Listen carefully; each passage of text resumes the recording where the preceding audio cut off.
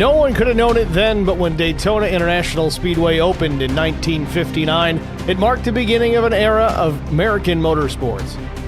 As a replacement for the old beach road course a few miles to the east, the opening of the high-bank 2.5-mile Florida Tri-Oval represented the leading edge of a wave of construction of big paved speed palaces. Before Daytona, Indianapolis was the only American oval track longer than 1.25 miles, and most racing took place on dirt ovals 1 mile or less in length. From the very first Daytona 500, won by Lee Petty in a 3-way photo finish, those high banks proved a favorable venue for wide-open stock car racing. Daytona kicked off the growth of NASCAR as we know it today. Daytona International Speedway's infrastructure has grown and changed to such a degree that it would be almost unrecognizable today to someone who hasn't seen it over the last 20 years. It's an amazing motorsports facility. But one thing hasn't changed over the past 6 decades. No driver can consider his or her career complete without notching a victory at Daytona. From Dale Earnhardt, who captured the 500 in 1998 after coming so close so many times, to 14-year-old kart racers whose racing resumes are just beginning, a victory at Daytona is a mark of distinction. Tonight, it's the IROC 250, and it's next on Track Limits Network.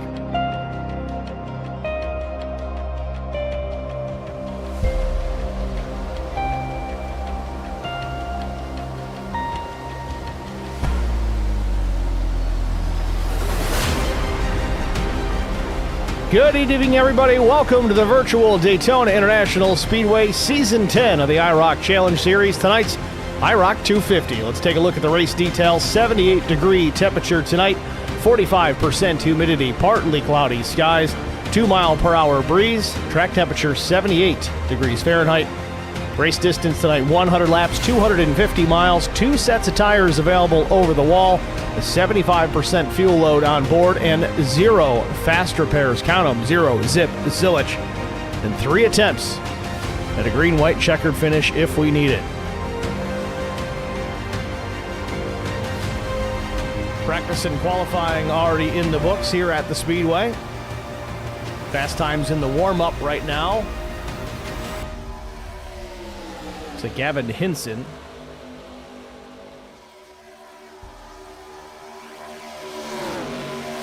There it is.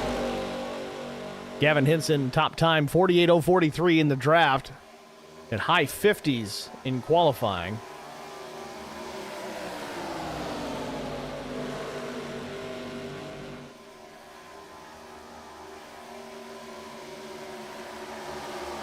Just about 60 seconds remain in the session.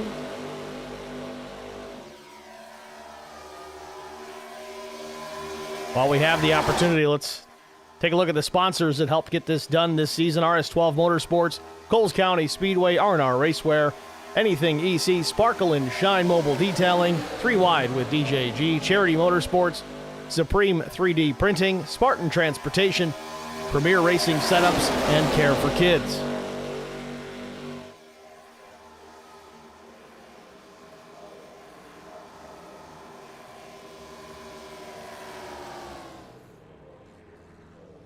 Session about to go black and red flags. It'll complete this warm-up. A shorter warm-up session this week, only 5 minutes. Not a whole lot you really need to get done on these super speedways. Obviously, a little bit of drafting practice can help, but we're going to get right into things here on time. Session comes to a close, and we'll get to our starting grid here momentarily.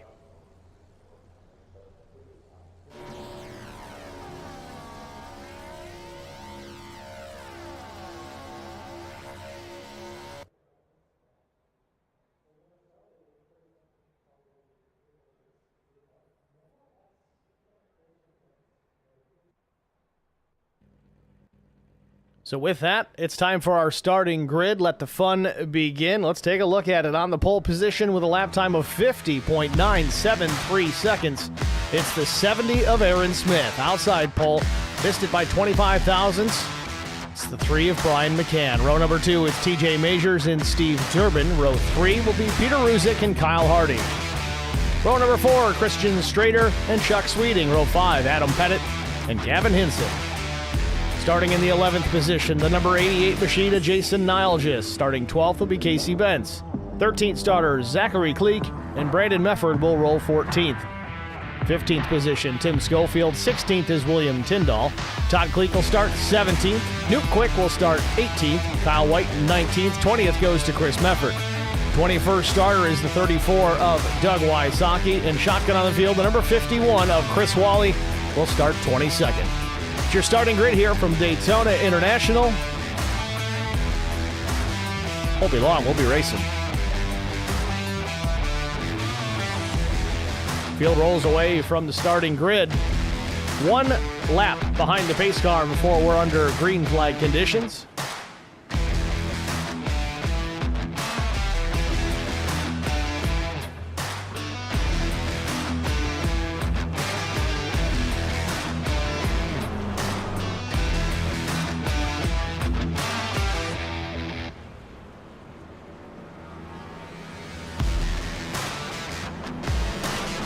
Take another look at the race details tonight. In case you missed it, you got here late. The IROC 250 race distance tonight, 100 laps, 250 miles. 2 sets of tires over the wall, 75% fuel on board. That's about a maximum of just under 25 laps, obviously give or take a few. No fast repairs tonight, 0 zip, zillage, and 3 attempts at a green-white checkered finish. 78-degree ambient temps, 45% humidity, under partly cloudy skies, 2-mile-per-hour breeze, and track temperature nice and cool as well at 78 degrees Fahrenheit.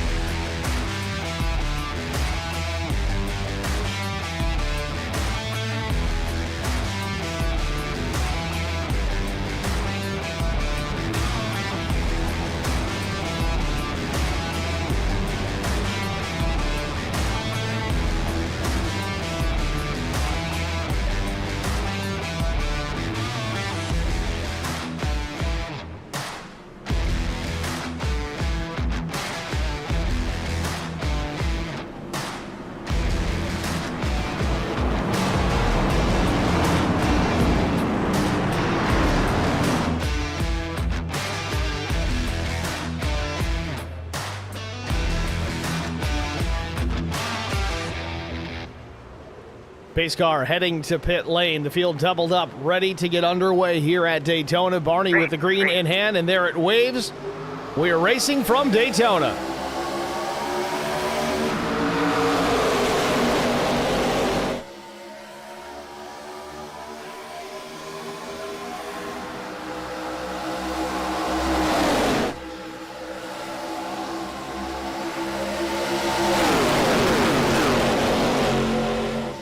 Field still coming up to speed out of turn number 2, just under 175 miles an hour. Aaron Smith, Brian McCann lead the freight train down the back straightaway. Looks like Casey Bentz will step out of line. No, that's Jason Nile just in the number 88, going to the back on purpose. Wants to kind of save that race car for the end. Again, no fast repairs to use tonight, so if you wad it up, it's all over. Off turn number 4, still side by side all the way halfway through the pack. Aaron Smith, Brian McCann at the line. Smith's going to lead lap number 1. Brian McCann still trying to park his car into victory lane, at least post-race one of these nights. Was able to lock up the bracket challenge last week, so he is the winner of that. Consistency paying off for the 3, but now he wants to take a checkered flag before this season is out and potentially a series title.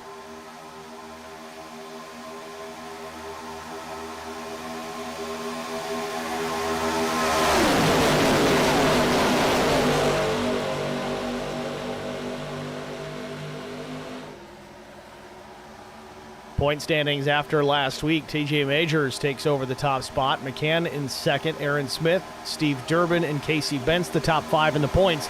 And just as quickly, Majors goes to the race lead, leads that lap across the stripe in front of Brian McCann. These two have been nose to tail in some form or fashion quite a bit this season on the racetrack, now in the point standings as well. They like to race around each other, but they are each other's closest competition, that in Aaron Smith as well.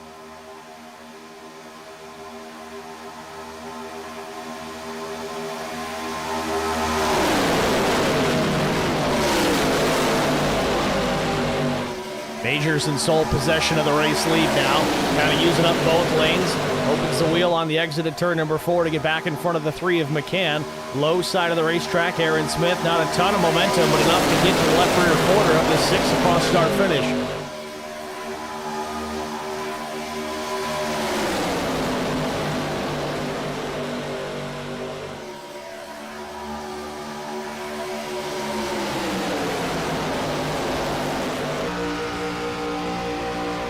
On board with Aaron Smith. It's a seesaw back and forth at the front of the field for the race lead between Majors and Smith. Inside lane not really moving much out of turn number 2. A lot of momentum lost down the backstretch. Smith will slide back a couple of spots, maybe more. As he's back in P5. He's going to lose another here in a minute, it looks like, with Gavin Hinson working to the outside.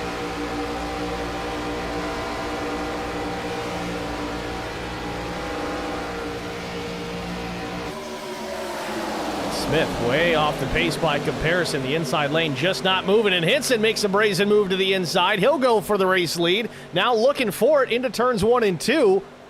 Hinson was fast in the warm-up, showing a lot of pace here in the last lap and a half. Picked up a handful of positions, now battling for the second spot with Kyle Hardy.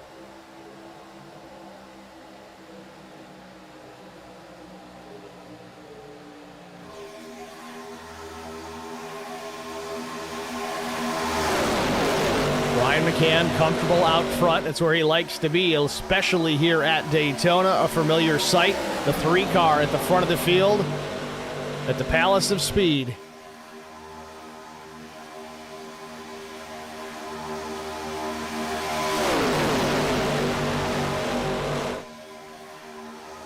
Top 3, it's McCann, Hardy, Bentz. Adam Pettit runs 4th. Hinson slips back to 5th. Brandon Mefford is 6th. TJ Majors, who led a couple of laps, has fallen now to 7th. Durbin 8th. Kyle White is 9th. And Aaron Smith is fast early with the pole back in the 10th position. He's not going to force the issue here a lot tonight until it's time. You see that quite a bit out of the 70 of Aaron Smith. Doesn't matter what racetrack we are at.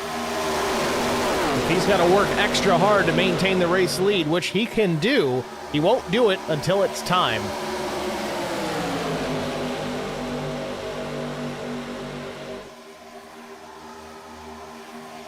Hinson now back to the 10th spot again. He was up as far as 2nd, maybe 3rd. Slipped now to the 10th position where he started already. That number 39 is trying to feel everybody out, seeing what his car is capable of.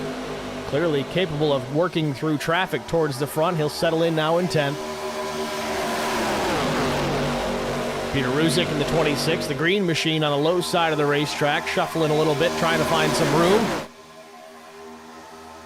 Swapping lanes now goes Gavin Hinson.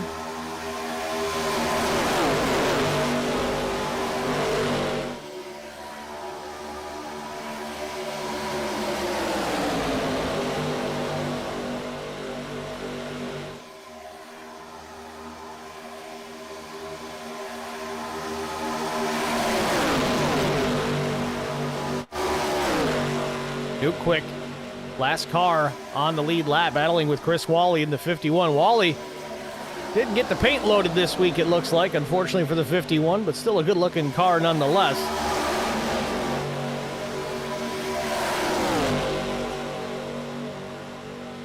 This 5-car draft, the last 5 cars on the lead lap, led by Chris Mefford. They're just going to run out back here. This is not a bad strategy to work with. You get 5 guys that you're comfortable with. You kind of maintain pace of that lead pack, but you got more room to make evasive maneuvers if something unfolds in front of you that you weren't expecting. There's less obstacles to overcome if that happens, if you're back here in this smaller group. William Tyndall closing into the tail end of the lead pack, and the number 62 machine runs in the 17th spot.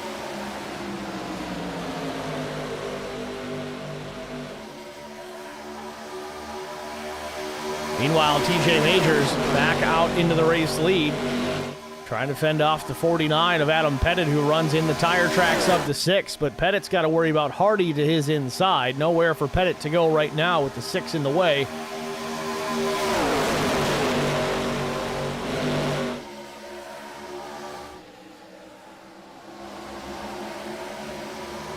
Shady Acres in the check. Kyle Hardy in the number 35 took home Talladega for the win. Let's take Daytona. Hardy proving it wasn't a fluke up at the front of the field here, battling for the second spot with Adam Pettit.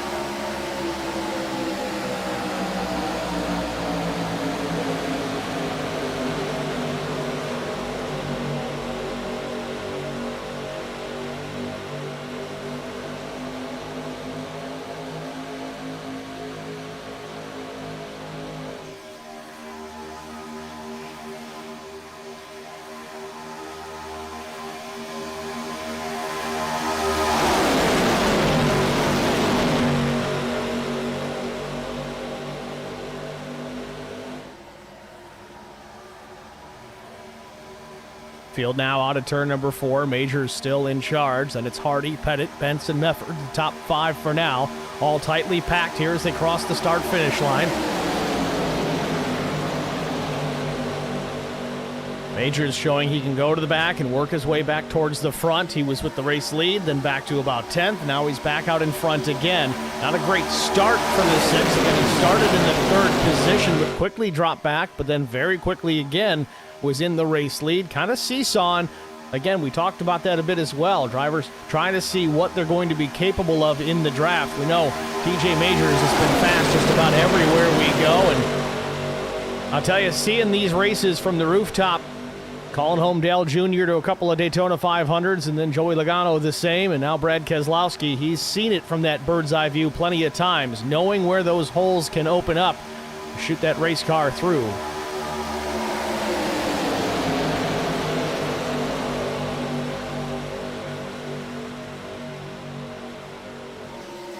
Hardy going for the race lead, a nose out in front just a bit through turns 1 and 2.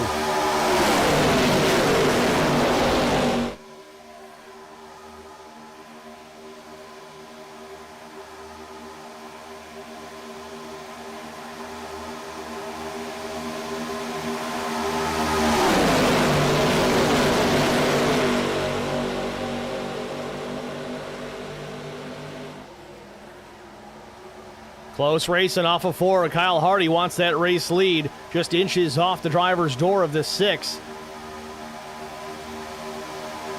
Majors continues to lead. Again, TJ led 191 of 200 laps last week at Kern County, only to get caught up with a car losing fuel, running out of gas on the final lap. Him and Brian McCann end up spinning, and Majors does not end up going on to win that race.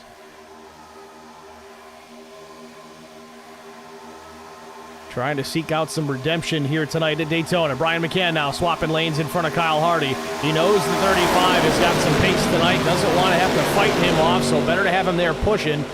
Outside lane gets slowed up a bit by that change, that one loss of one car. Now there's only really 3 cars, now 4 with Majors in that outside draft. The 11 of Cleek there rolling up as well. Might be able to gain some positions if he can get tucked up behind. Now the 12, Tim Schofield. 14 laps complete. Majors still leads. Pettit, Brian McCann 3rd, and then 19 of Kyle White.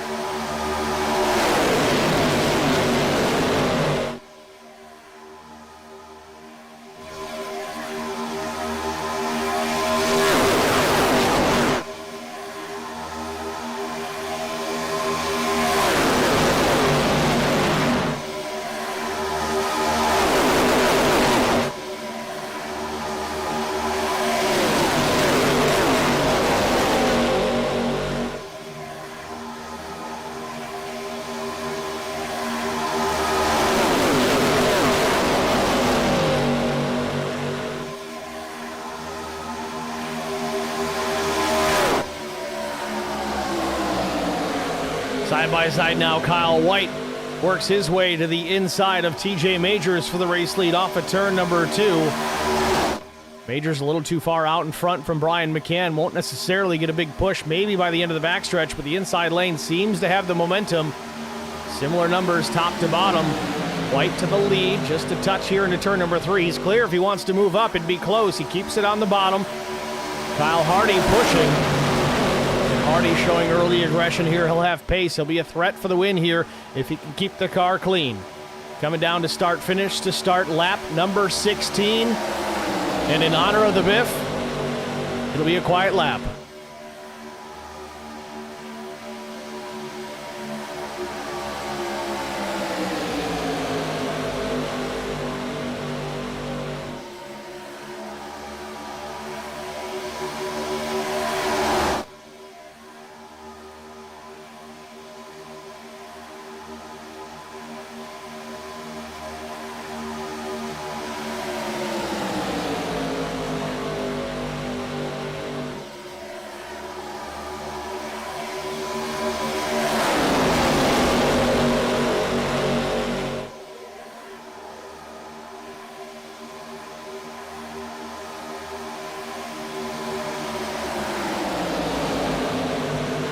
draw start finish. Lap 16 complete. Kyle White leads it. Majors slipped back just a bit, took an evasive move there on the exit of turn number 4, swung it very wide, and then all of a sudden the hole was filled in 26 of Peter Ruzick. Majors heading the charge on the outside lane. Only 5 cars there, and they're spread out pretty good. Only 3 cars tightly packed together. One driver moving up, Gavin Hinson.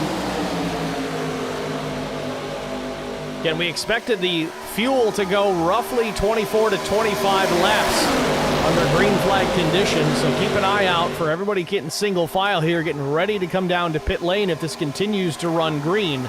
This is when we're going to start seeing some drivers separate themselves from the field.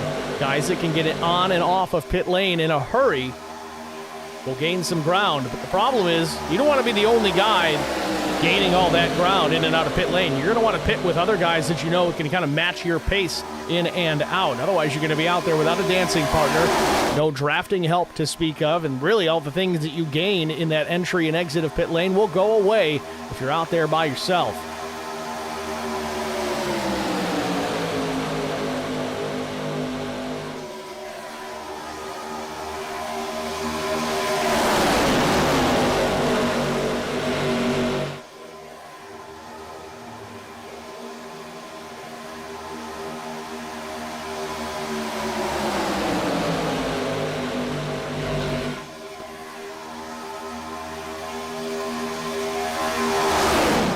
Kyle White, Kyle Hardy, 1 and 2 through turns 1 and 2. Brandon Mefford on the outside in that red number 83. 27 of Casey Bentz, the blue 27 on the bottom of the racetrack, but now to the outside. Mefford jumps up in front of TJ Majors. Majors giving everything Mefford can handle down the backstretch, pushes the 83 into the race lead. Now the bottom lane going to come back together. A little more organization to the bottom, but it's not enough. Mefford jumps down in front of Kyle White and will take the top spot.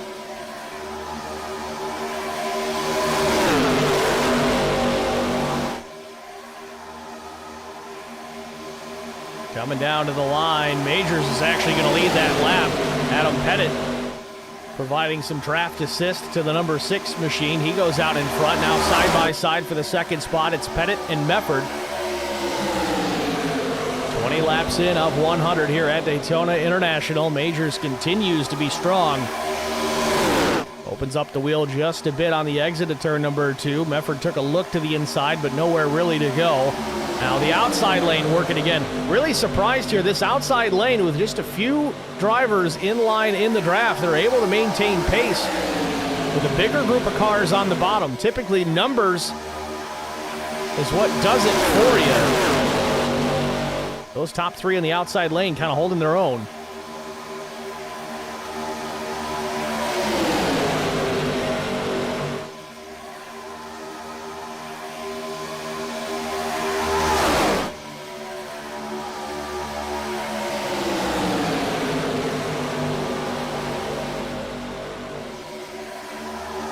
Now Adam Pettit fed from the top down to the bottom. That's a cool way to make it work, but the problem is if you continue to do that, eventually you're going to run out of cars. That seems to be the case now with Schofield and Hinson, the only 2 lone soldiers there to the outside. They're going to need more help. I don't think just the 2 of them have enough energy and momentum to push the 12 down into the race lead in front of Pettit.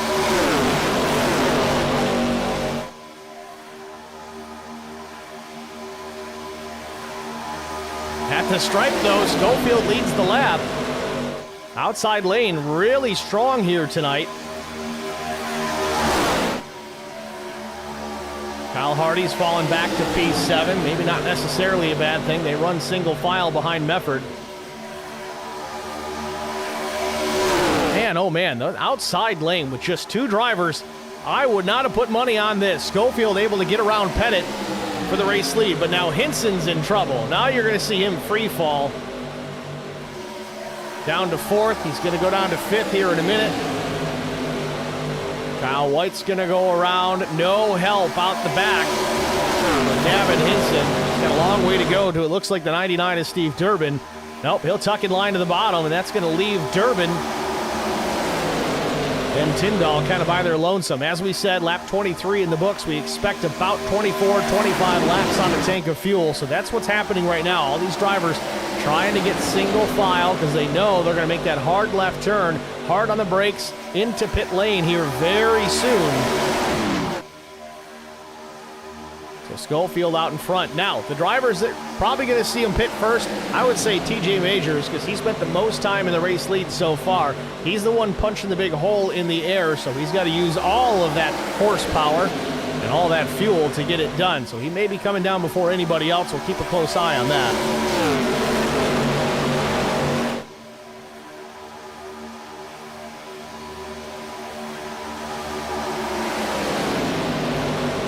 David Schofield in the chat says, let's go 12. Here comes Timmy.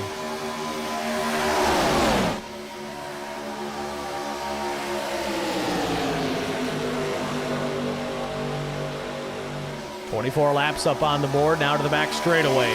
Schofield, Pettit, Majors, Brandon Mefford, Kyle White, the top 5. Durbin steps out to the outside of Hardy for just a moment. Drivers that are brazen enough to get up to the outside right now may be in a good shape as far as the fuel is concerned, so they're not going to try and get down to the bottom just yet. They'll maybe let that first group come down and pit, break up the traffic slightly, and they come back around, and everybody stays out on the racetrack.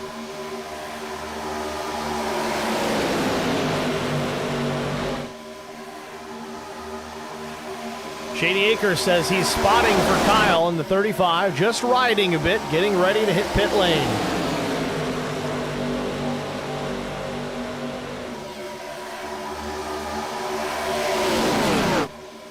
Quarter distance here at Daytona. Schofield still leads. Pettit second, Majors third.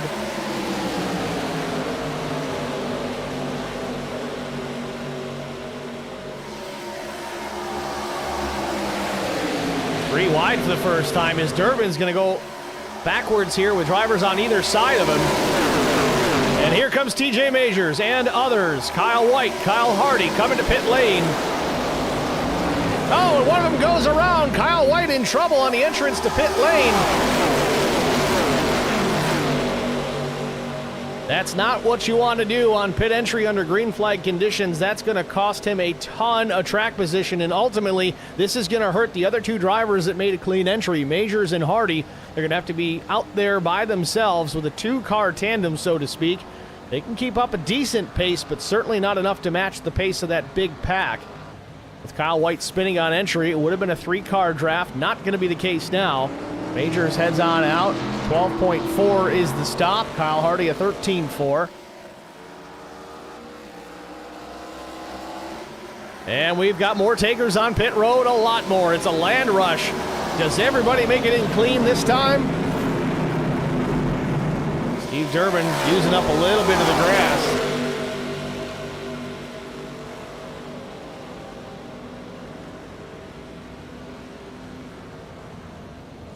So Aaron Smith has stayed out on the racetrack. 27th lap for Aaron so far. Going back to the early stages of this race, of course, Aaron Smith put the car on pole position here tonight, but quickly dropped back. That might have been a fuel strategy, as he's been able to stretch that fuel mileage out quite a bit. Now he slides back again into the 5th position. Will we see him come down this time? We do. Chris Wally, Jason Nilgis, William Tyndall in contact. Tyndall gets into the back of Wally, gets him crossed up, and Chris saves it. The question is, did Wally get dinged for speeding because of that? It broke the momentum of him trying to slow down.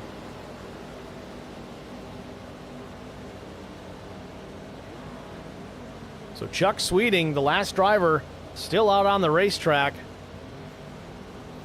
Looks like a fuel-only stop for the 70. Very long stop for Aaron Smith. So 13:45, he could have put right sides on, but maybe no need just yet. Now just will move his way around on pit exit. Now Chuck Sweeting in the draft. With Kyle White, he'll come off at turn 4 and slow his car to pit lane.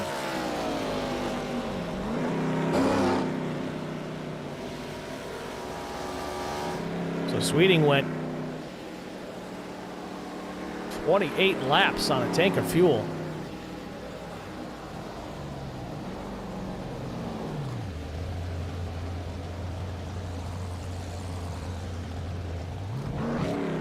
Tough part for Chuck here is he's all by himself. He's going to have to get lucky and find a dancing partner when he gets back on the racetrack, which he may. Leader's still coming in behind. He's going to have to get up to speed here, get out of turn number 2 to that pit exit line, the blend line, and here comes the field at pace.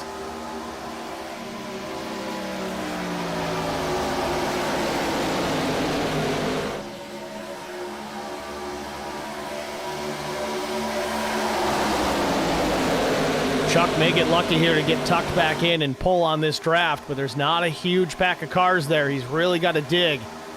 Might not be enough. In fact, he's free falling now. The Sweeting shown in 16th. I don't think he's close enough to pull the draft from that lead pack. He may have to wait for drivers like William Tyndall, Chris Wally, and Todd and Zachary Cleek to catch him. Not a terrible strategy, though.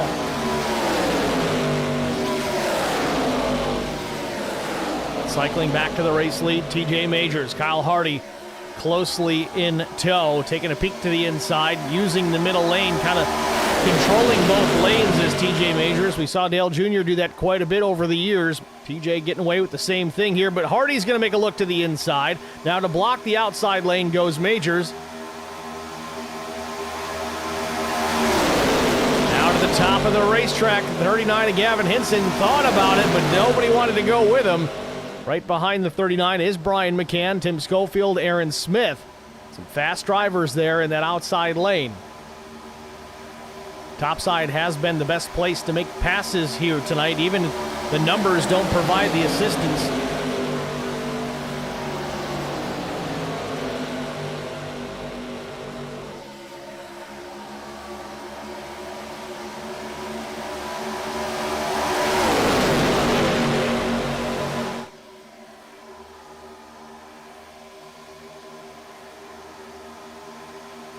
So Majors takes the lead back. The inside lane just not moving. Drivers starting to realize this.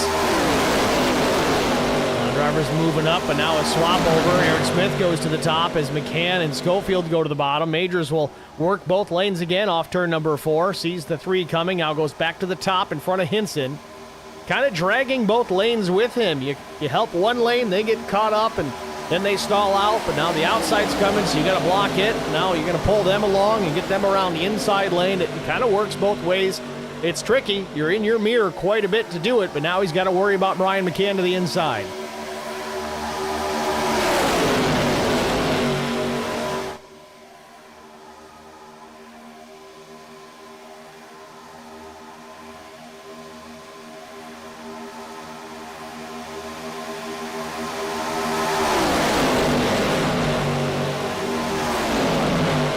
Tell you, the bottom just doesn't want to go. You get a little bit of momentum, you can get up alongside the leader, but you can't complete the pass. Drivers are going to have to find a way here. And here Aaron Smith, if he can't get it done, who can? See if the 70 can go. He's got a good helper in the back bumper in Brian McCann. We'll see if he pushes the 70 to the lead. Top 3 in points, all in the top 4 right now. That's Aaron Smith, TJ Majors, Brian McCann in various order.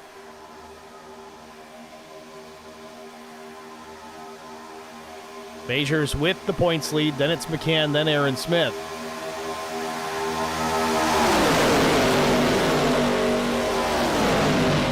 McCann, the highest driver in the points without a race win this season. He's been Mr. Consistency all season long.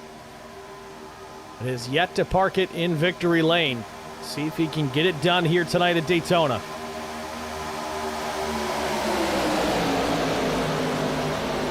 Hinson thought about looking to the inside, and there he goes to the bottom of the racetrack in 1. Just narrowly crossed the nose of Aaron Smith. He'll go to the race lead. Can he get it done this way?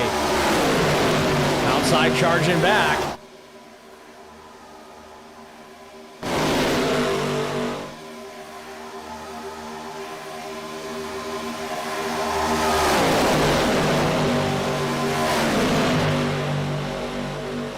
One of the few passes we've seen on the bottom here tonight. Hinson goes to the race lead. That'll move Majors back to third, maybe fourth. Aaron Smith up to second.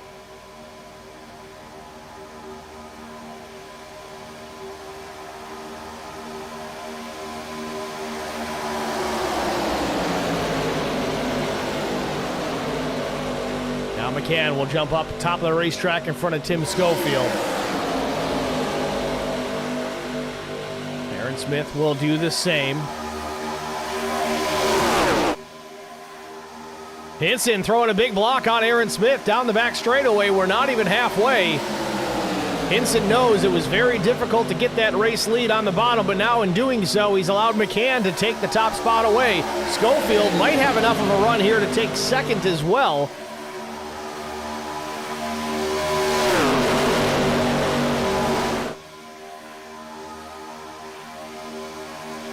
Coming down to the line, McCann will lead it. Lap 36 up on the board. Hinson pushing back around the bottom.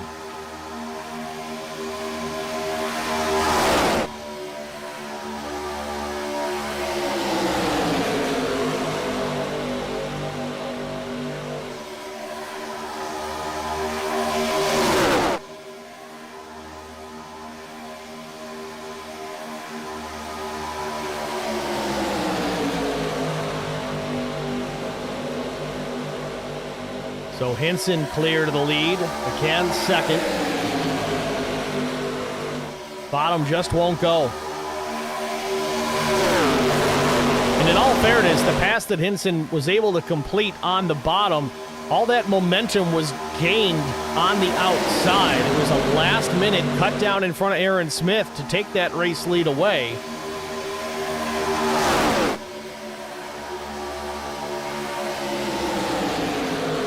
Don't want to say you can't count it.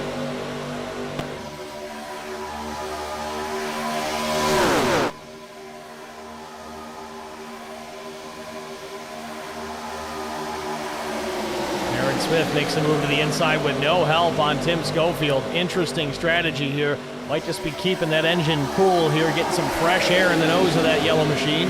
Here comes Kyle Hardy, though, to assist. Maybe this is something Aaron Smith expected.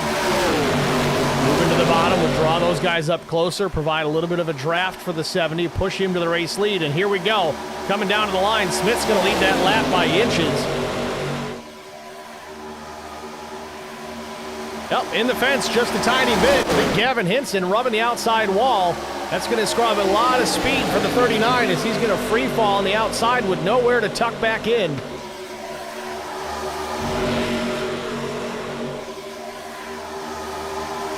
This is where we get the cautions. Got to be careful. A lot of drivers dicing top to bottom.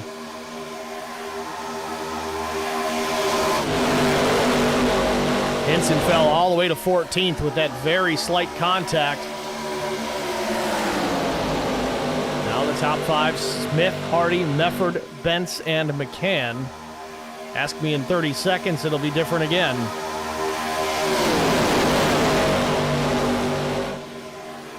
Shady Acres in the chat again. He says everybody's using the top line to pass, the bottom line to ride. Yeah, except for Gavin Hinson. He pulled a fast one.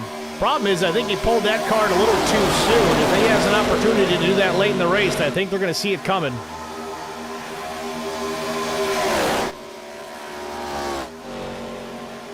Meanwhile, Kyle White, last car on the lead lap. Remember, Kyle spun on entry to pit lane.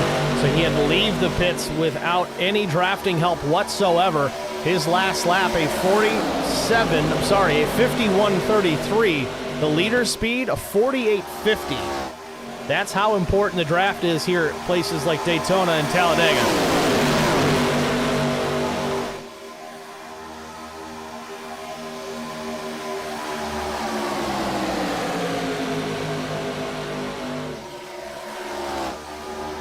Go back and look at that incident. This was coming to pit lane. We'll back it up a little further here.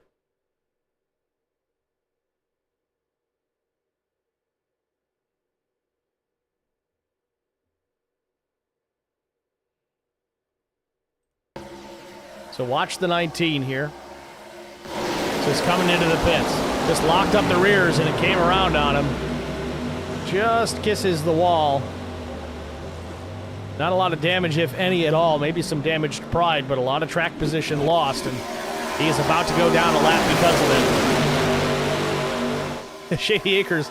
Yeah, aggressive Gavin is a weapon. Top of the racetrack goes Kyle White. Going to let the leaders just go by him. That's all he can do. Should be in good shape, though, to catch the back end of this pack and stay in the draft. If we catch a caution, he would get that lap back, as he's the only driver one lap down to this point.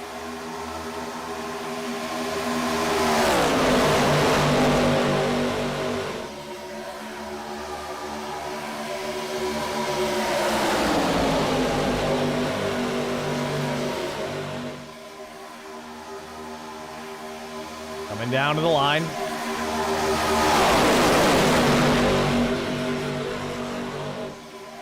Another new leader, Brandon Mefford, rockets to the front.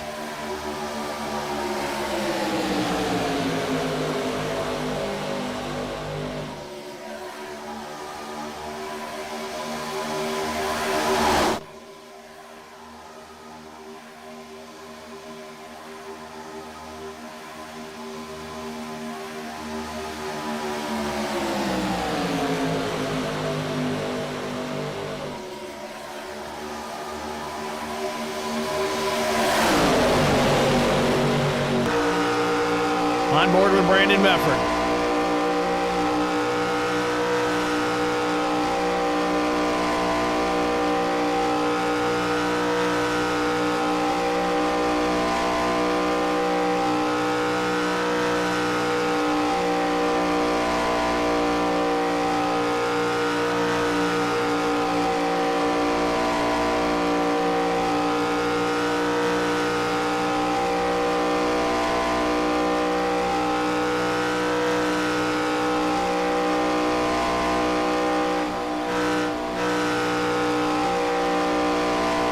Now, you heard Mefford lift just a touch there on entry to the corner. I think he's trying to draw McCann back to the back bumper.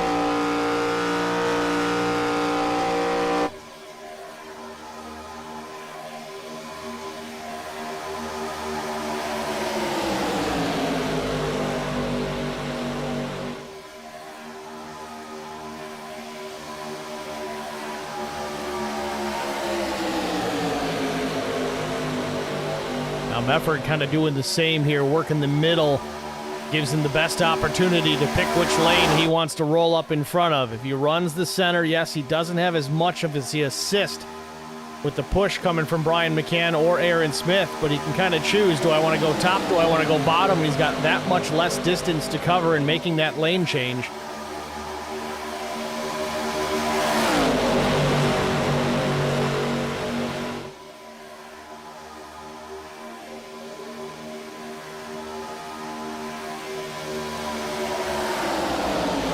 "45 laps in the books, about 5 shy of halfway.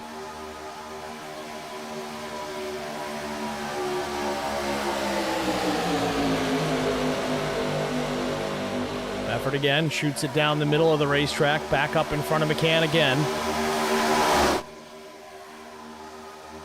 7-car draft on the outside, everybody else on the bottom, and the outside still in control.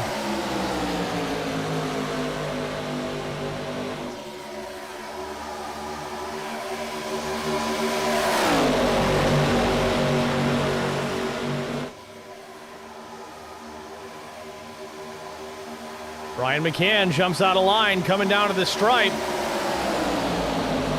He'll beat Mefford to the line and lead that lap. Now we'll see if he gets stuck on the bottom like most everybody else has this evening.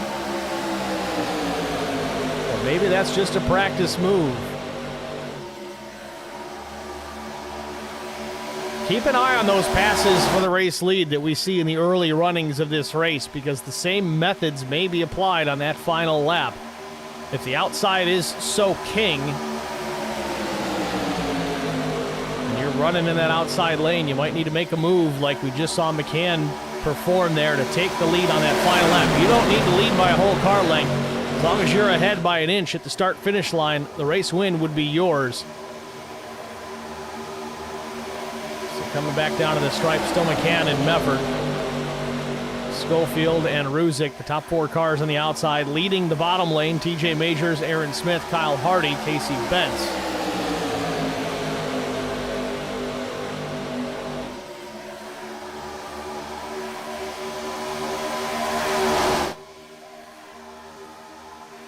Schofield out of line in front of TJ Majors. He's going to see if he can work his way through. That's just going to allow Ruzick to slide up into third.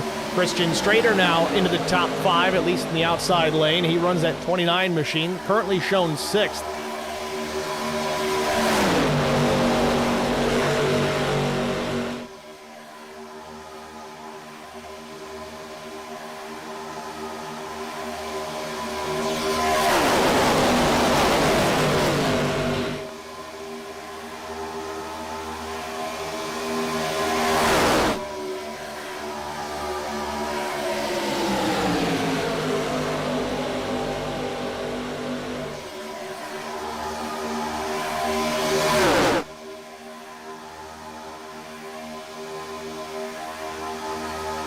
Todd Kleek in the 45, losing some connection there in the back of the pack. He's running 18th at green number 45. We saw him disappear down the backstretch for a moment. Seems to be okay now. Big run on Chuck Sweeting. He'll jump to the outside, but no help. Can he pull it off? This is an interesting one to watch. There's some shucking and jiving here at the front of the field as Mefford goes to the inside. Todd Kleek now working around Chris Mefford in that mint chocolate chip number 46.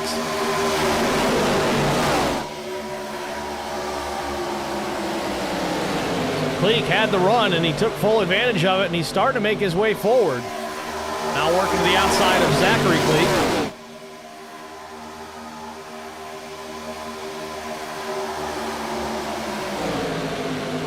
McCann continues to lead. Peter Ruzick will lead the inside lane with Brandon Mefford in tow. Up top, McCann, Strader, and Pettit, the top 3. Gavin Hinson back in the mix in 4th in line. And big move to the inside goes Christian Strader for the race lead. We've seen this a couple times already tonight, and it works. Man, what a move that would be for the race win.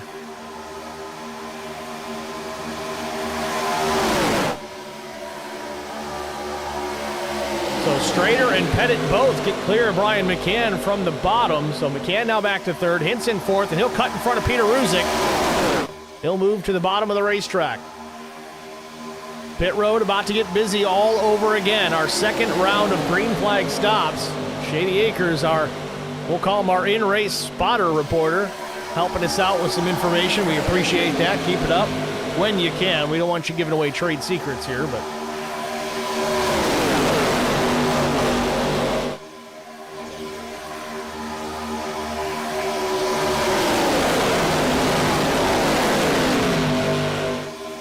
just past halfway, we're going to hold here. We want to make sure we get these pit stops covered, and then we'll take our side-by-side break, so stay with us.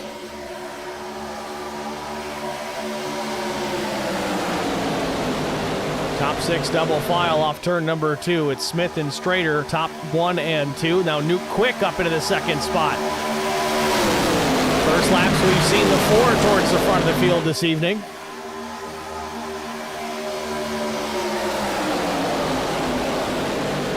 Now remember, Chuck Sweeting back in 16th. He's been running about that same spot since the last pit stop. He went the furthest distance on fuel as the leaders come down to pit. McCann, Ruzick, Schofield, Brandon Mefford, Kyle Hardy, and Kyle White. Kyle White gets into the pits clean this time, but he is going to lap down.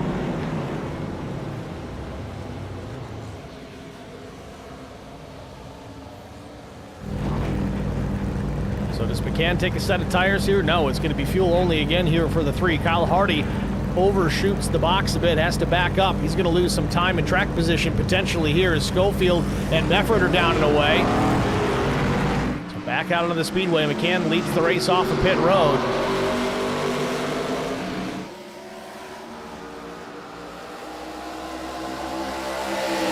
Now Aaron Smith will lead the field down.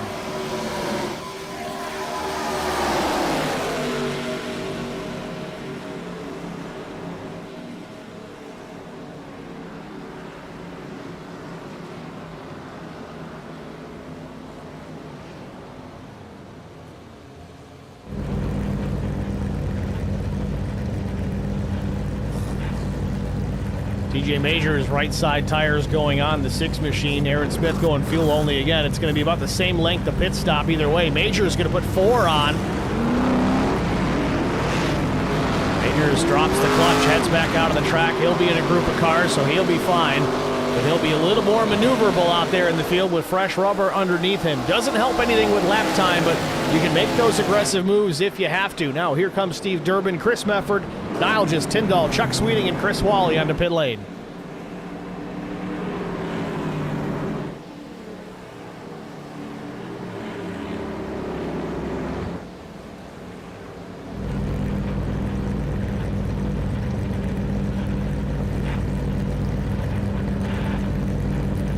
So this should cycle everybody back through for their second green flag stop of the night.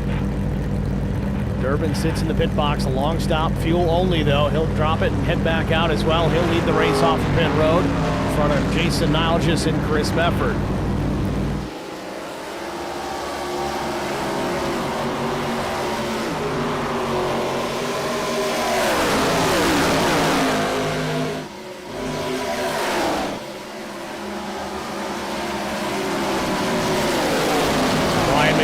Cycle to the race lead. The fastest in and out is the 3.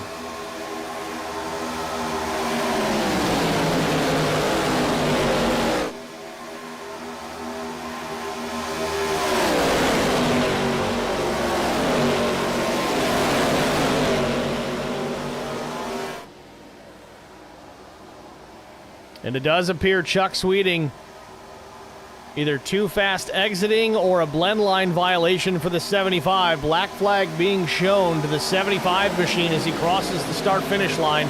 He'll need to come down and serve that penalty. That's going to be a tough one for the 75 of Sweeting.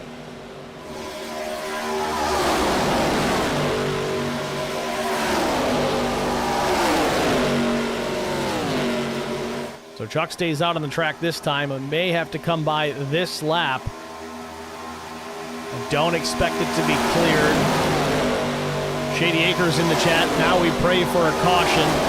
Kyle Hardy again misses the pit box. He lost a lot of ground. Does Chuck stay out? No, here he comes. Possibly a blend line violation. It looked like a couple of drivers went real wide on exit at turn number 2 there, trying to come up to speed. That's what I'm going to attribute it to. It's that or speeding on exit. Either way, the 75 are going to have to park and pay.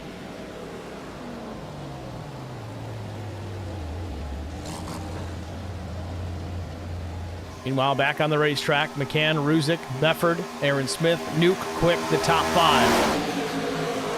With that, though, we're going to step aside here. We're going to get our Track Limits Network side-by-side break out of the way. Stay with us. You won't miss a minute of the action. We'll be right back.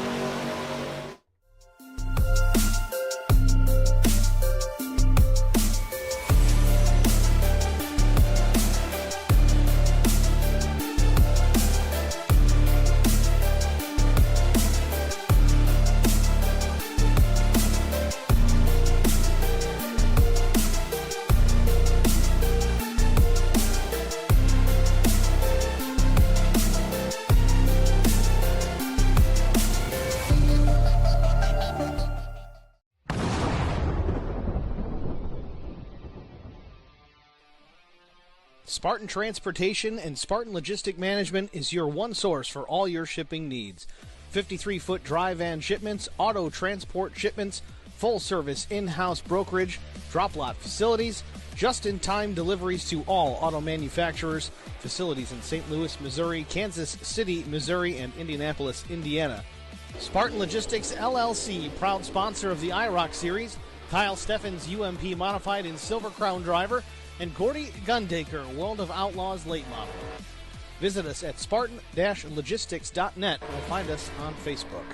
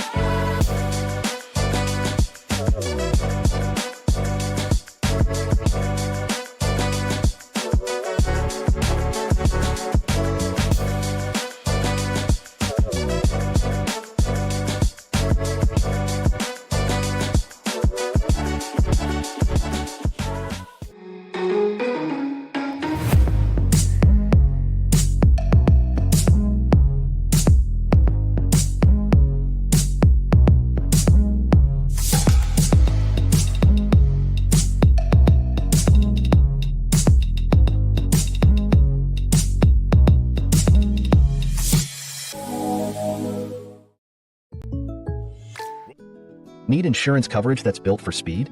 Frank Yea's office in South Charleston has your back. Whether you're blazing down the highway, protecting the home you've built, or setting up a legacy for your family, we've got the coverage you need. Auto, home, life, fast, simple, and made for you. Scan the QR code on your screen now to explore all our services and start a free quote today. Lock it in, save it for later, or call us at 304-744-7700 to get started.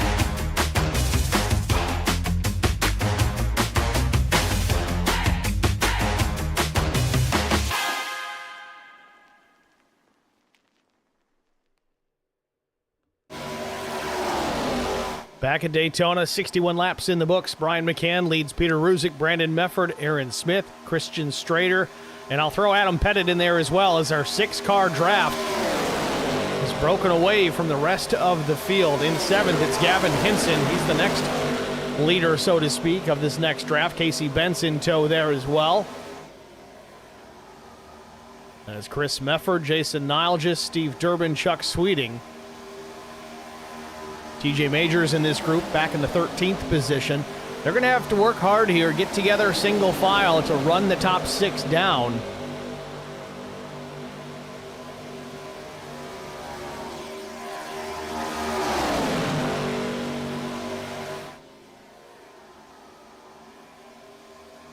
Now, through that exchange of pit stops, it does appear that Nuke Quick has gone down a lap. Kyle White, of course, still down a lap from his first pit stop snafu, so to speak. Chuck Sweeting also down a lap after a likely blend line violation exiting pit lane. So he's shown 20th, first car, one lap down. Sweeting would be the beneficiary of a caution, but with that said, so would Kyle Hardy. Hardy's not a lap down, and he is in a three-car draft, so not at an acute risk of going down a lap. But he's got to stay in line here with Hardy and Wally and try to work their way back up to another group of cars. The lap times are going to be a little bit slower. He ran a 48.10 the last time across the line. The leaders ran 47.50s.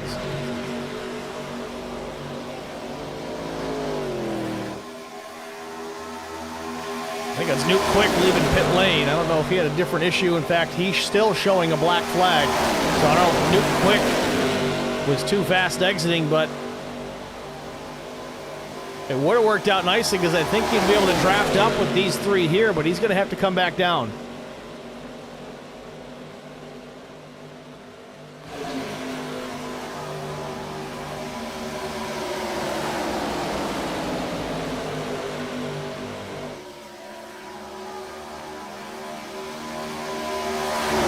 Those of you just joining us, you see Kyle Hardy here in the 35. He was a front runner in the early running of this race. Challenging for the lead. I think he even led a lap or so. Very small mistake on pit road. Overshot the pit box. Had to back the car up to get it into a serviceable position, which cost him a lot of time. Now, it's not so much the time loss on the racetrack, but it's the fact he exited pit lane with no help as far as drafting partners. There was a few other drivers out there that he could have worked with, but they left long before he did, so he was out on the island by himself. Now he's linked up with Kyle White and Chris Wally, so he's not in a complete danger zone, but he's out of contention right now unless we catch a caution or something drastic happens up front.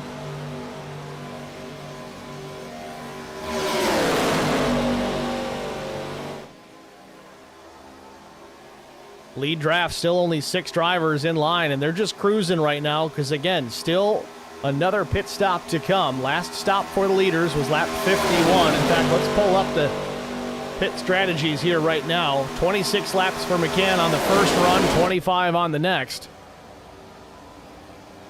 Just about 11 or so laps away from the next round of green flag stops if we continue to run this under green. We've been clean and green since the outset. Not a caution to be had, and Frank, not even any tire smoke just as of yet. So we've gotten lucky, fingers crossed. Of course, now that I mention it, you know the yellow's going to come out, but a couple of guys on the racetrack that would not mind. Kyle Hardy and Chuck Sweeting, to name a couple.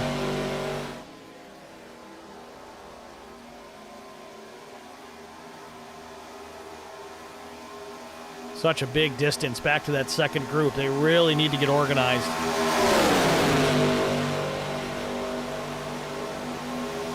Get you a better angle of that when they come back to start-finish. We'll switch to our flag stand camera, and you can really see how far back 7th place and on are.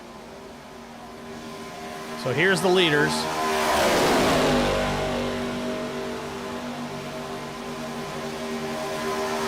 And they're 7th place and on.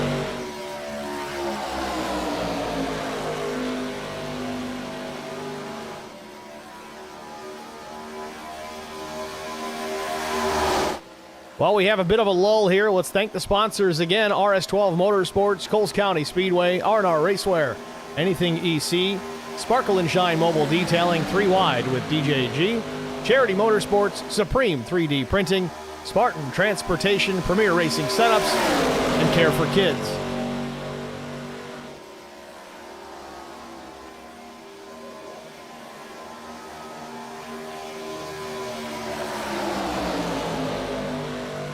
Shady Acres in a chat again says, hoping a caution will come out when the others start going for the win at the end. It's actually not a bad play right now, and unfortunately for Kyle Hardy, it's the only play he's got. There's just not a whole lot you can do on this style of racing when you're that far in the rears. Something's going to need to happen up front, and the problem is, I wouldn't really necessarily call it a problem, but we only got 6 cars in this lead draft right now. There's not a lot of congestion to be concerned with. The likelihood of one of these drivers creating an issue, not very high, especially when you look at the talent pool in that top 6. These guys, for the most part, really know how to get it done and be clean about it. But you know, the closing laps of these races, all common sense tends to go out the window.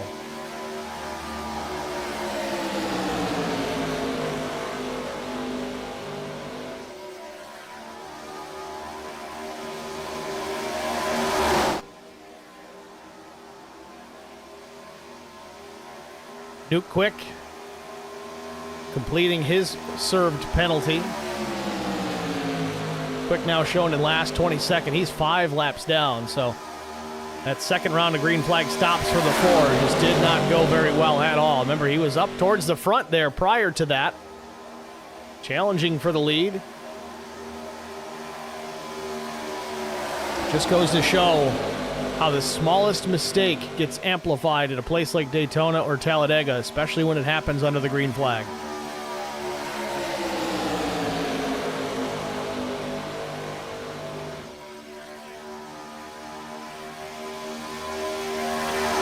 Now, looking back through my live timing data here, it does show that Nuke Quick jumped to the pits. Now, what does that really mean? It means they press and hold the escape button while they're parked to effectively, quote-unquote, get a tow to pit lane. So I don't know if maybe he missed his pit entry and then ran out of gas. That could be the potential because we didn't get a caution for a wreck.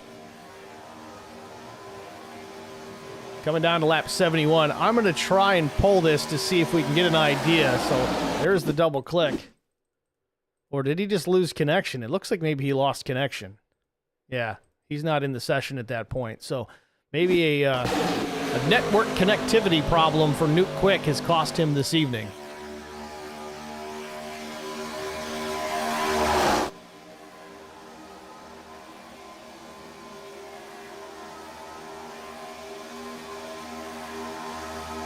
Now to this second pack, TJ Majors has worked his way to the front of this second group, followed by William Tyndall, Gavin Hinson. See Chuck Sweeting in the mix. He's not on a lead lap, but he's still able to draft with these guys and maintain his pace.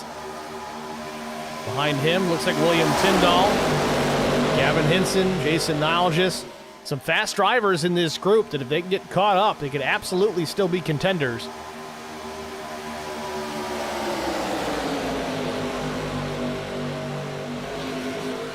Kyle White still suffering as he's a lap down from his first pit stop incident.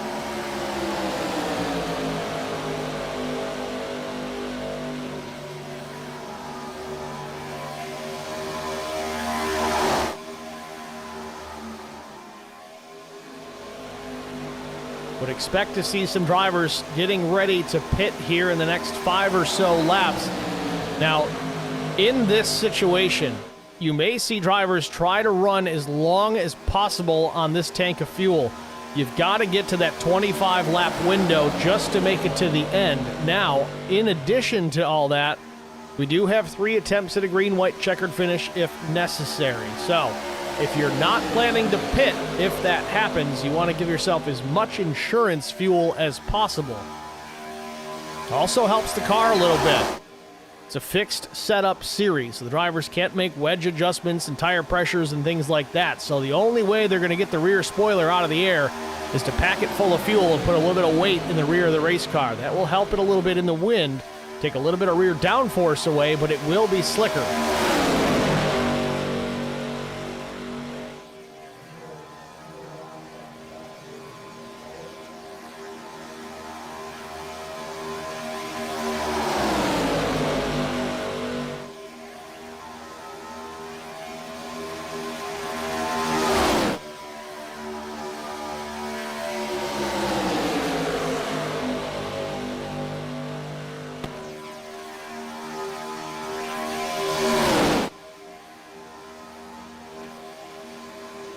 Duke Quick becoming part of this lead group. Again, he's running last 5 laps down, but he's just added to the energy of this lead pack. He's able to stay tucked into the draft and keep up with these leaders without any issues. Again, he showed he had the pace prior to that last pit stop to be up running with these guys, so that's certainly no issue. But it's going to make it that much harder for that secondary pack to get caught up.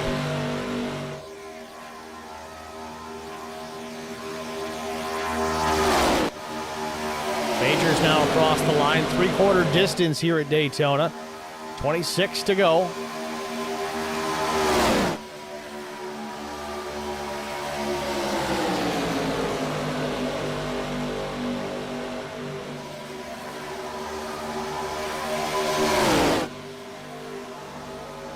Tyndall thought about stepping out of line there. I mean, he might be trying to just keep the engine cool at this point. He's not aggressively pushing the 6, but this whole group really needs to get nose to tail and stay put. They got to tighten it up. Can't have a car length or more between each car. They really got to be bumper to bumper all the way back. It's a fine line to walk because you don't want to wreck a guy because you're pushing the pusher. But you've got to make this group fast. They've got to run down those leaders if they're going to be able to challenge for the win here without a caution.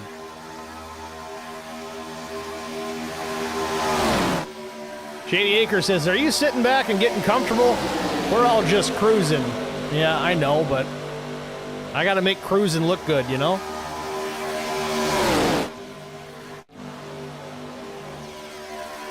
"25 laps to go. Last round of green flag stops about to get underway. When will Brian McCann make the left turn, make his final stop? And here they come. Ruzick with a real good entry into pit lane. Hopefully he's not speeding, but McCann drags that whole group down into pit lane, which what could be the final stop of the race.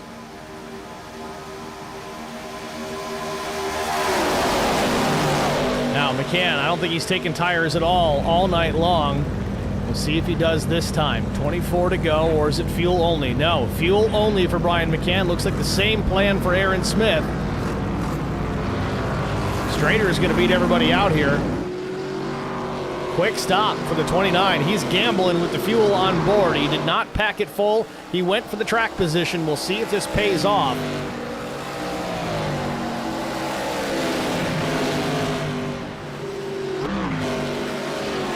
So that's going to move TJ Majors up into the race lead. Will he come to pit lane this time by? No. This group stays out on the racetrack. They were doing a good job kind of working together. Not so much in the pace category, but trying to save fuel, stretching this run out. So this is going to be to the advantage of this group. The longer they go, the more fuel window they have at the end of this race to make it through at least one green-white checkered finish.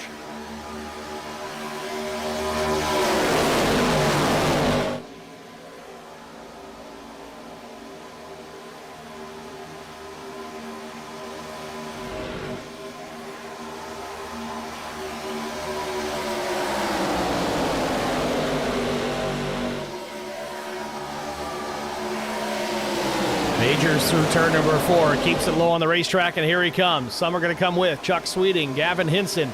Casey Bentz looks like he was trying, but he's a little hot coming in. Now 22 laps to go. Tyndall stays on the track. He'll inherit the race lead. So will Nilgis, Mefford, Wysocki, and Durbin now the top 5. They'll likely come down and pit the next time by. So Majors took tires on his last stop. It's going to be fuel only for the number 6 machine. But how long will he wait? 8 seconds, 9 seconds, 10 seconds. Lots of fuel going in the 6. Some drivers already leaving pit lane. Majors wanted it packed full. Wants that weight in the rear of the race car.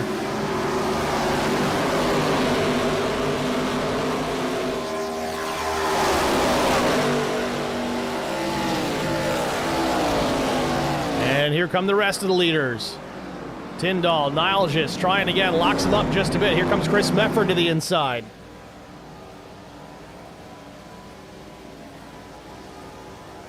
When all said and done, this should cycle Brian McCann back to the race lead. McCann must have had an excellent pit exit because Strader beat everybody off pit lane. Chris Mefford going for short fuel here. He's timing it perfect to the end.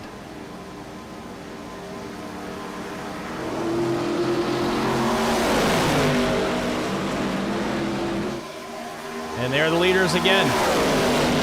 They all managed to get in and out without issue, and they stay grouped up together. McCann, Ruzick, Brandon Mefford, Christian Strader, Aaron Smith. That's your top 5, then followed by Adam Pettit, Chris Mefford. Mefford further back, just leaving the pits, leaving turn number 2's blend line right now. He'll be the lead car in that second group when it reforms. With 21 laps to go, we've been caution-free so far, knock on wood.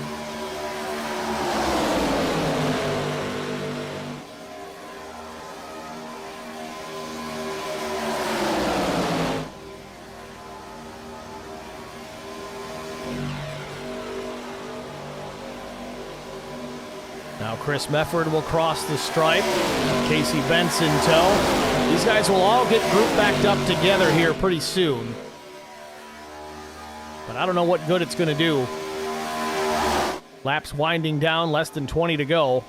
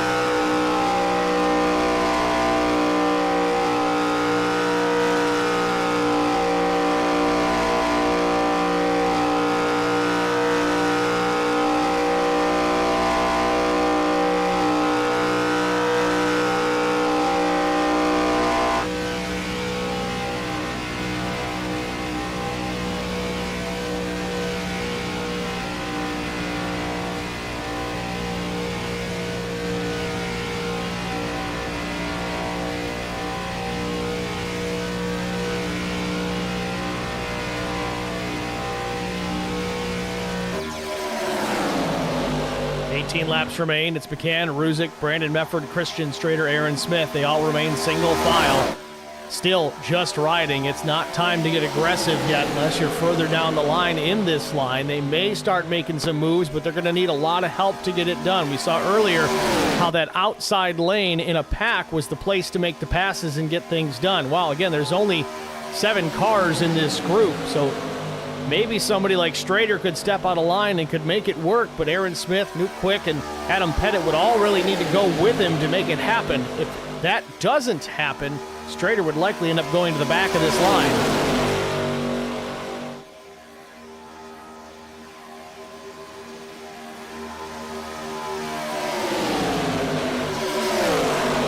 Chris Mefford back in the 7th spot. You see this group starting to build back up. Majors looking to the outside with Chuck Sweeting and Casey Bentz trying to march towards the front, gain some positions. If you can't pick up the win, the points do matter. He's got to get as many as he can. This is the championship round.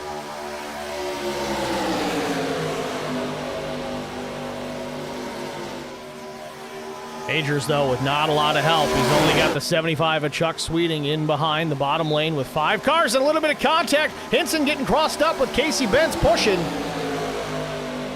That's going to break this pack up just a bit. They should be able to reel Cleek back in.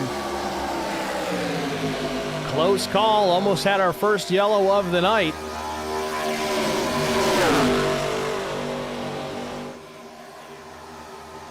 McCann and Ruzick still lead, 16 laps to go.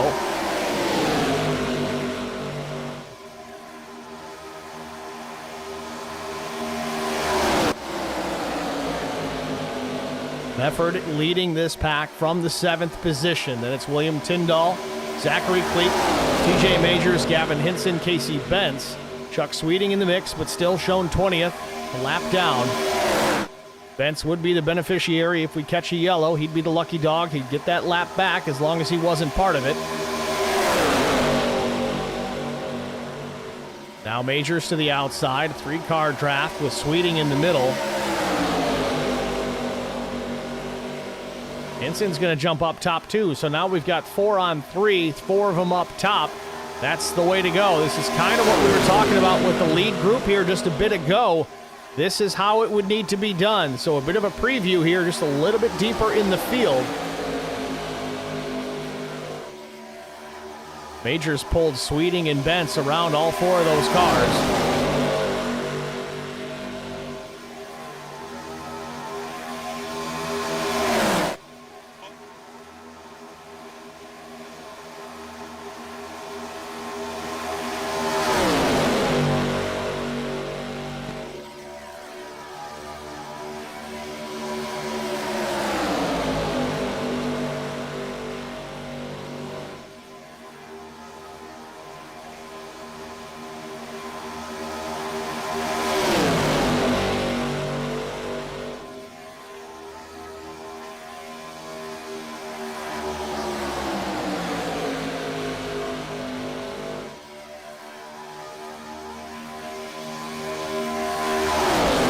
Drivers stepping out of line here just a bit. Get tucked back up. Shady Acres had mentioned earlier that they're waiting for that late caution when the leaders start to battle for the race win. That really, in turn, could translate to this being the lead group. If something catastrophic happens within the top 6, this could be the battle for the win. That's why you're seeing these guys fighting each other the way that they are this late in the race, albeit 10 seconds behind the lead pack.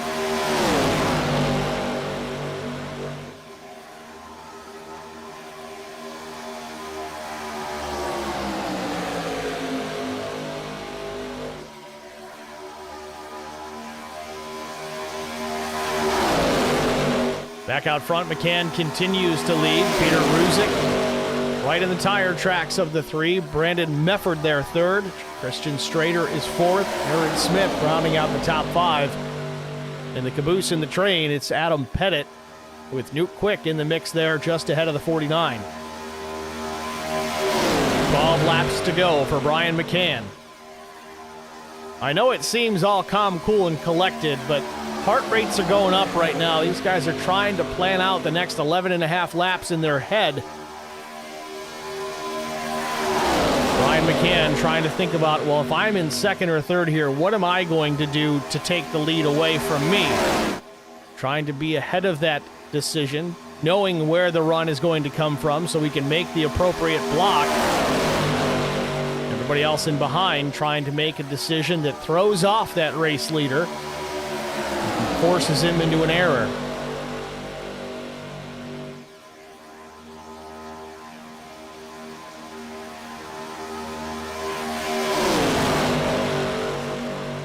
Eleven laps to go. 27 and a half miles.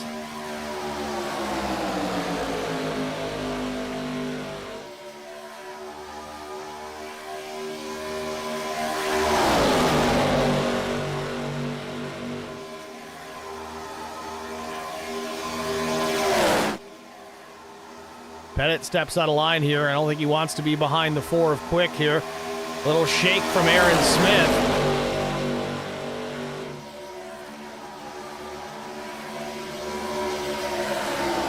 Pettit making the move around the outside of the 70 with no help. Moves himself up a spot into P5. 10 to go.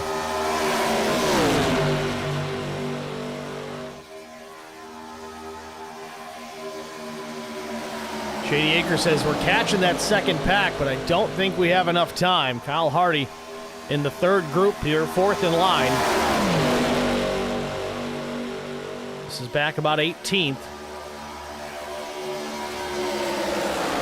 He said earlier, our group is the group with the pit stop misfits and mistakes, and he's absolutely right. A little bit of an overshoot for Kyle Hardy, cost him some time, put him deep in the field. And Kyle White, his opening pit stop, a little spin on entry is what's relegated him back into the position he is at, 21st, a lap down.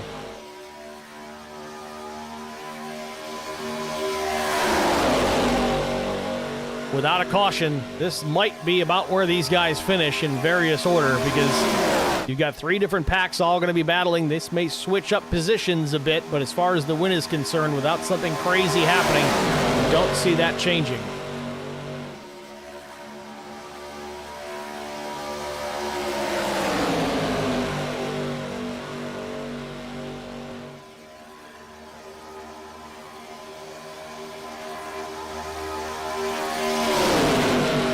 Doug Wysocki leading this group. Last lap by a 47.97, a couple of tenths slower than the race leaders.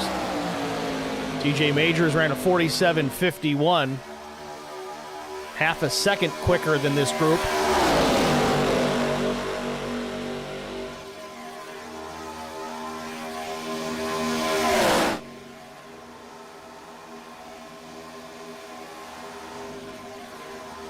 Now to our second pack with Majors leading Chuck Sweeting. A reminder, Sweeting not on the lead lap. First car one lap down in 20th.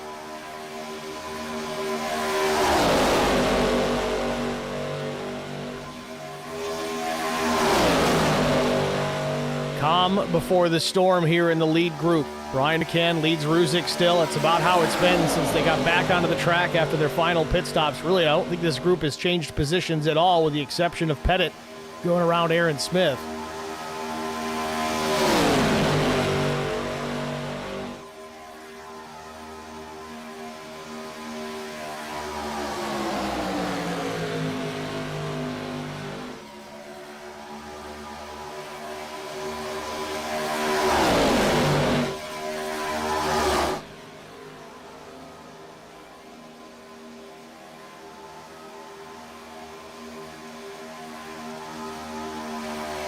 Top six drivers made their final pit stop at lap 26. That gives them about an extra lap or two after the race.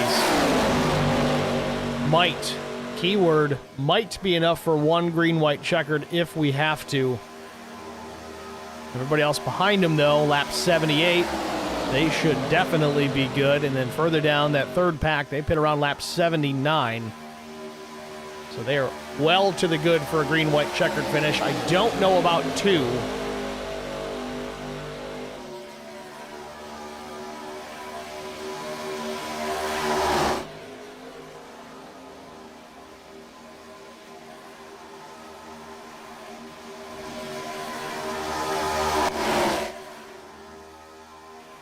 William Tyndall, Gavin Hinson side by side. Going to be difficult to make a pass here. I know we saw Pettit get it done without any help, but when you're the last two cars in line, it's going to be difficult. Now Cleek goes to the inside on Chris Mefford for position. Mefford, evasive maneuver, and now Tyndall's going to go with the 46.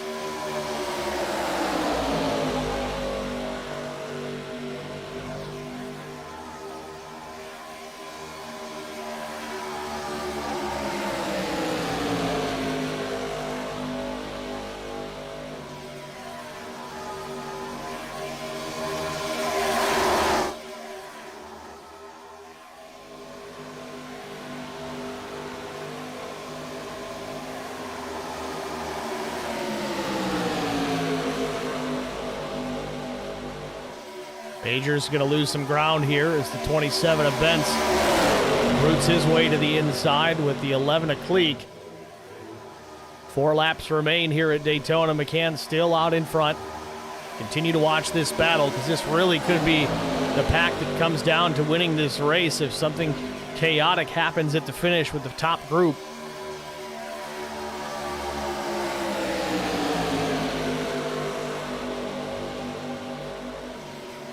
Majors now back to the top side. William Tyndall pushing up the racetrack. Casey Bentz throws a big block. Majors goes to the outside, scrapes the wall.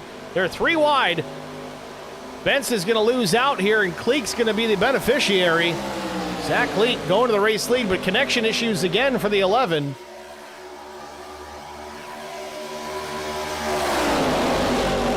Majors gets shuffled at the end of this pack in behind Gavin Hinson, so move TJ back to 12th. Now 3 laps remain for Brian McCann.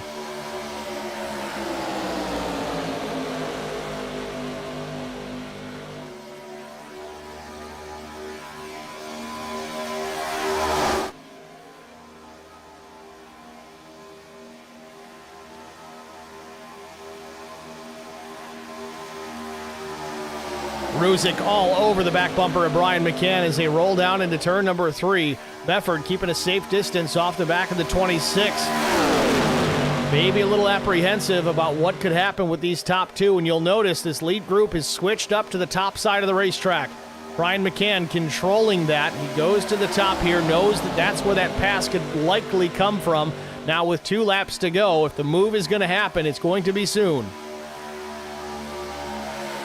Question is, do you do it on this lap or the final lap? Personally, I think you got to do it with 1 to go, potentially out of turn number 4. We've seen how difficult it is to complete a pass, especially on the inside. But we have seen 3 different instances where someone is tucked up to the back bumper of the race leader and at the last second pulls out a line to the bottom of the racetrack and just noses to start finish first.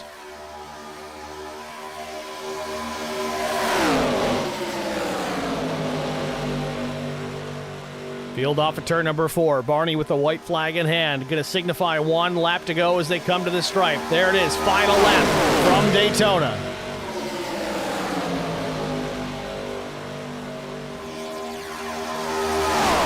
Will Ruzick step on a line, or we just settle for second? I can't imagine he's just going to sit there.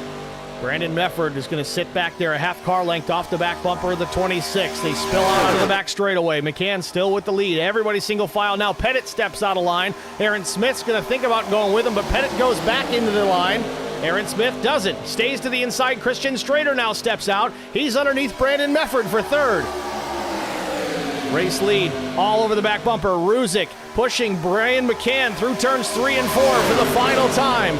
Coming down to the tri-oval, throws the block, does the 3 of McCann, but the checkered flag is waving, and at the stripe, McCann gets his first win of the season.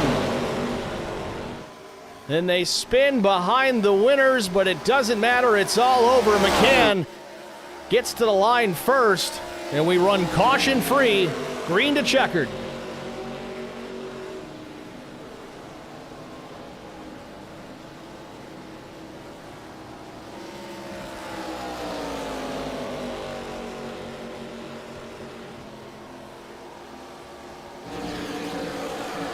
Brian McCann picking up the win, the IROC 250 in the books, and Brian finally gets it done. Locked up the bracket challenge this week, and now parks it in victory lane.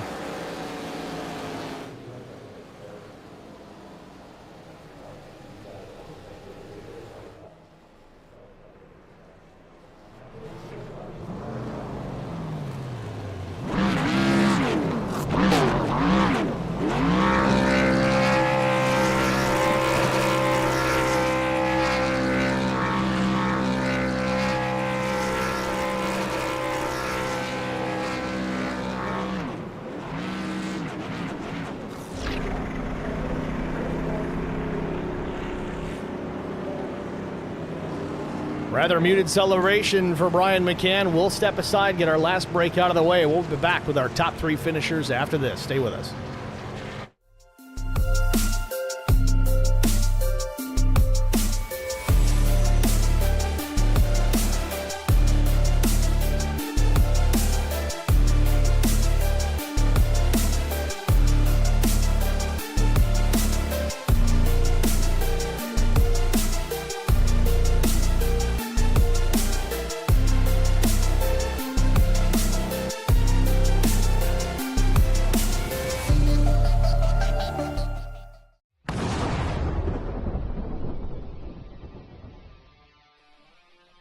Spartan Transportation and Spartan Logistic Management is your one source for all your shipping needs. 53-foot dry van shipments, auto transport shipments, full-service in-house brokerage, drop-lot facilities, just-in-time deliveries to all auto manufacturers, facilities in St. Louis, Missouri, Kansas City, Missouri, and Indianapolis, Indiana.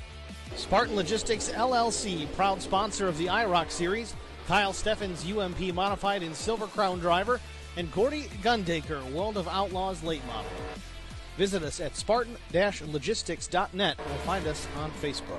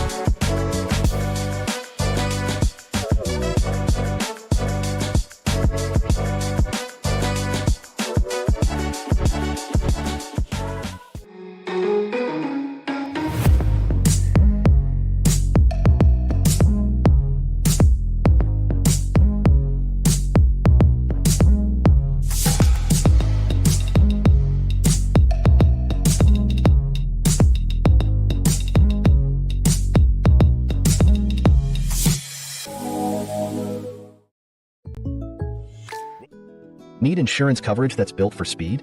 Frank Yea's office in South Charleston has your back. Whether you're blazing down the highway, protecting the home you've built, or setting up a legacy for your family, we've got the coverage you need. Auto, home, life, fast, simple, and made for you. Scan the QR code on your screen now to explore all our services and start a free quote today. Lock it in, save it for later, or call us at 304-744-7700 to get started.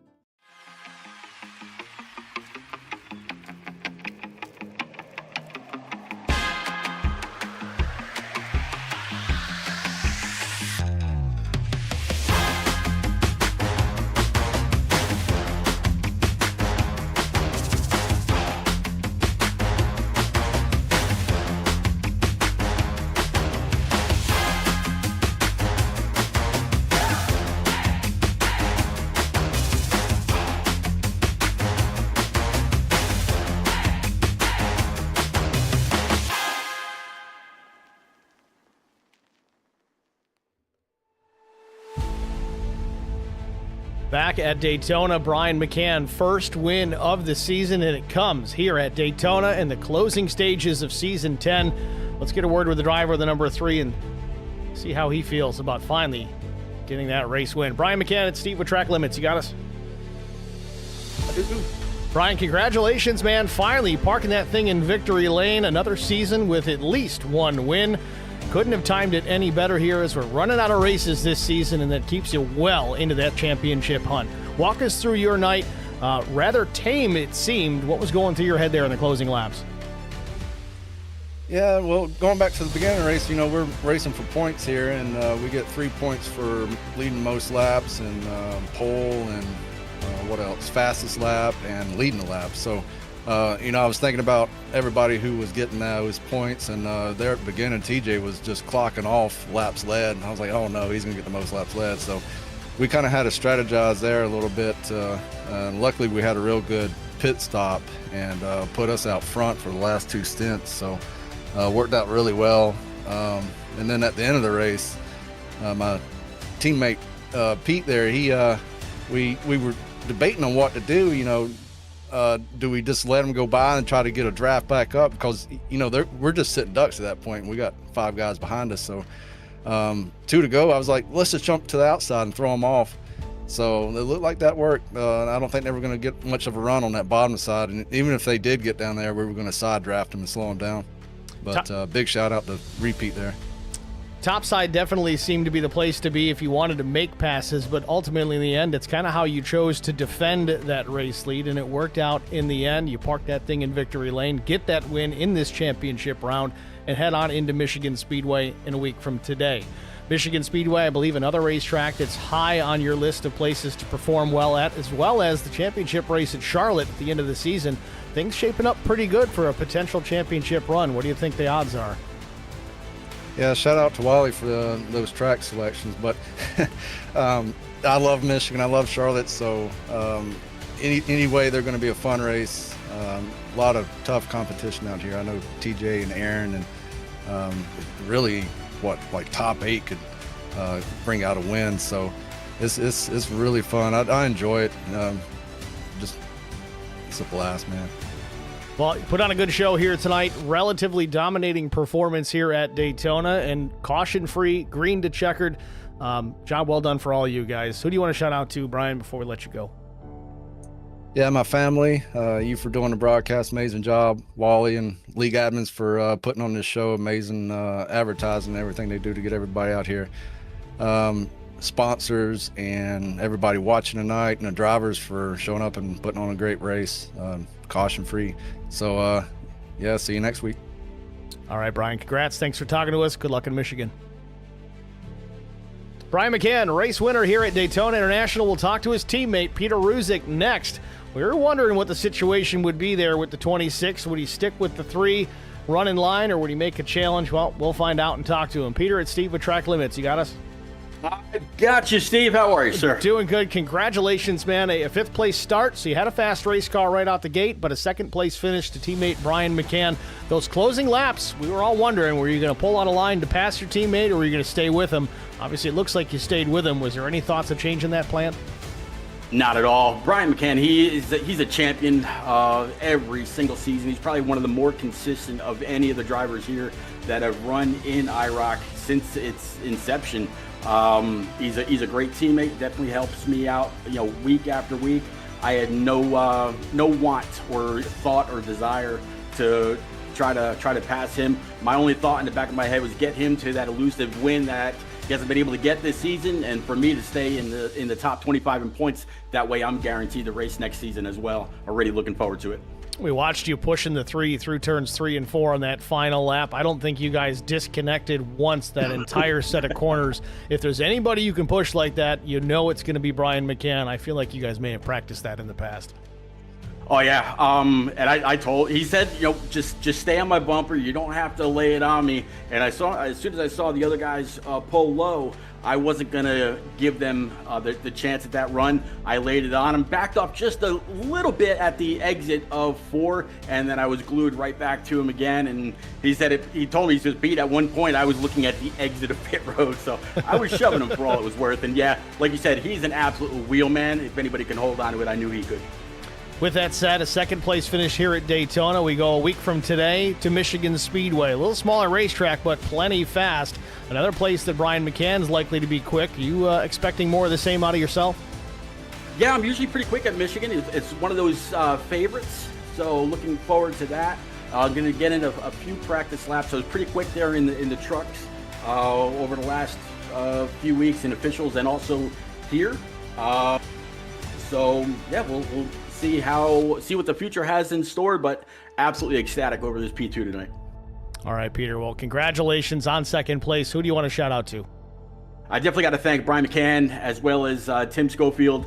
Kevin McCann, unfortunately, he wasn't able to race tonight. Got a great team. Looking forward to bringing that on. And, of course, Steve, you're the man in the booth. Definitely appreciate every broadcast you put on. And, of course, all the sponsors, Spartan Transportation, Coles County, RS12, Premier, R&R. They've been around for a long time. Charity Motorsports. Care for Kids, AEC, Zoe's Place been around forever as well. I think it's L's Place, 3 wide with DJC and Supreme. It's almost like you had it written down.